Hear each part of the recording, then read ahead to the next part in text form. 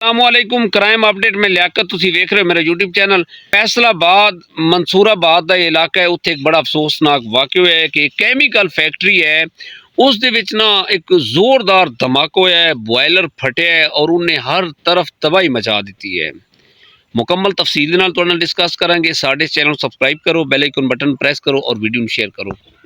जी दोस्तों, ये दिन वाक़या होया है कि जोरदार अचानक जिहड़ा धमाका होया उहदी जद दे विच आके जिहड़े उहदे अड़ोस पड़ोस घर है सी वो भी जनाब नजर आतिश होए ने ते वो बिल्कुल सफेद चट्टान बन गया। हर तरफ तबाही मच गई है, बड़े बंदे तले दबे गए ने और कुछ बंदे जिहड़े ऐसी काफ़ी बंदे जख्मी हुए सी।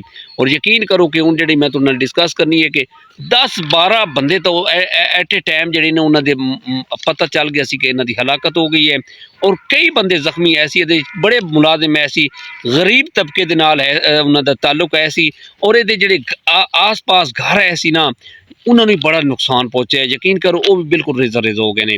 कॉल हुई जनाब 15 ते 1122 ते कॉल हुई, अमले दोनों जिहड़े आ गए ने, उन्होंने बर वक्त कार्रवाई की। रेस्क्यू 1122 ने जनाब फिलफौर जिहड़े अपना जख्मी है सी उन्होंने जनाब उन्होंने फर्स्ट एड दी है और जिन्हों की हालत काफ़ी खराब है सी नाल उन्होंने जिहड़े करीबी हॉस्पिटल है सी उन्हां दे विच शिफ्ट किया।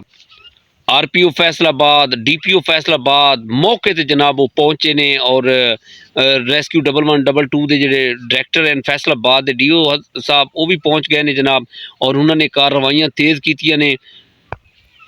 और इस फैक्ट्री के उकब दे विच घर है सी जनाब, उस घर दे विच ना 3 भाई उस टाइम घर दे विच मौजूद हैं। वो जिहड़ी छत गिरी वो छत दे तले आ गए जनाब और उन्हां दी भी हलाकत हो गई।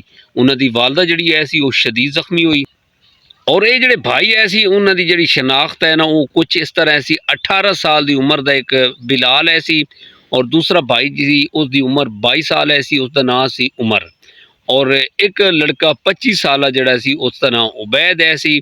इन्हां दी जनाब दब के जिहड़े ना मलबे तले आके इन्हां दी हलाकत हो गई और वो जिहड़ी ये वजह बनी धमाके दी उत्थे गैस लीकेज हुई है और गैस लीकेज की वजह तो गैस इकट्ठ होया और अचानक जिहड़ी ना उत्थे जोरदार धमाका होया जिहदी जद दे विच आके दर्जना बंदे जिहड़े ने वो मलबे ते थल्ले आ गए ने।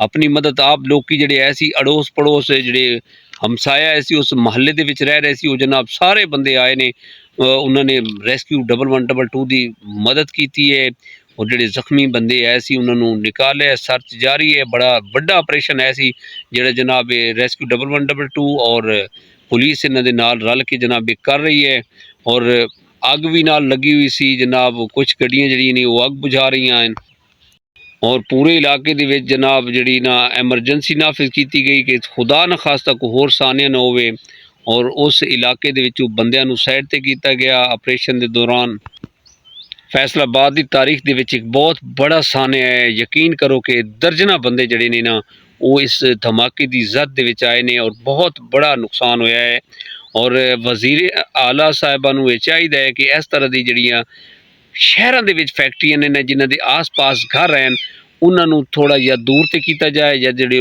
घर जिहड़े ने वो खाली करा दिते जाए। इस तरह के हादसा जिहड़े रूनुमा होंदे ने उहदे विच जानी नुकसान ना होवे। जी दोस्तों, यह जिहड़े हादसात होंदे ने इन्हां नूं निपटण कारण कम अज़ कम उत्थे इस तरह के इकदाम जरूरी हैं। सेफ्टी नूं जिहड़े ना मद्देनज़र रखे जाए ताकि जिहड़ी ना बर वक्त कार्रवाई हो सके और इस तरह के जिहड़े बड़े साने होंदे ने उन्हां तो बच सके। इसे पैगाम दे नाल अपना ढेर सारा ख्याल रखिया। सानू इजाजत दो, खुदा हाफिज़।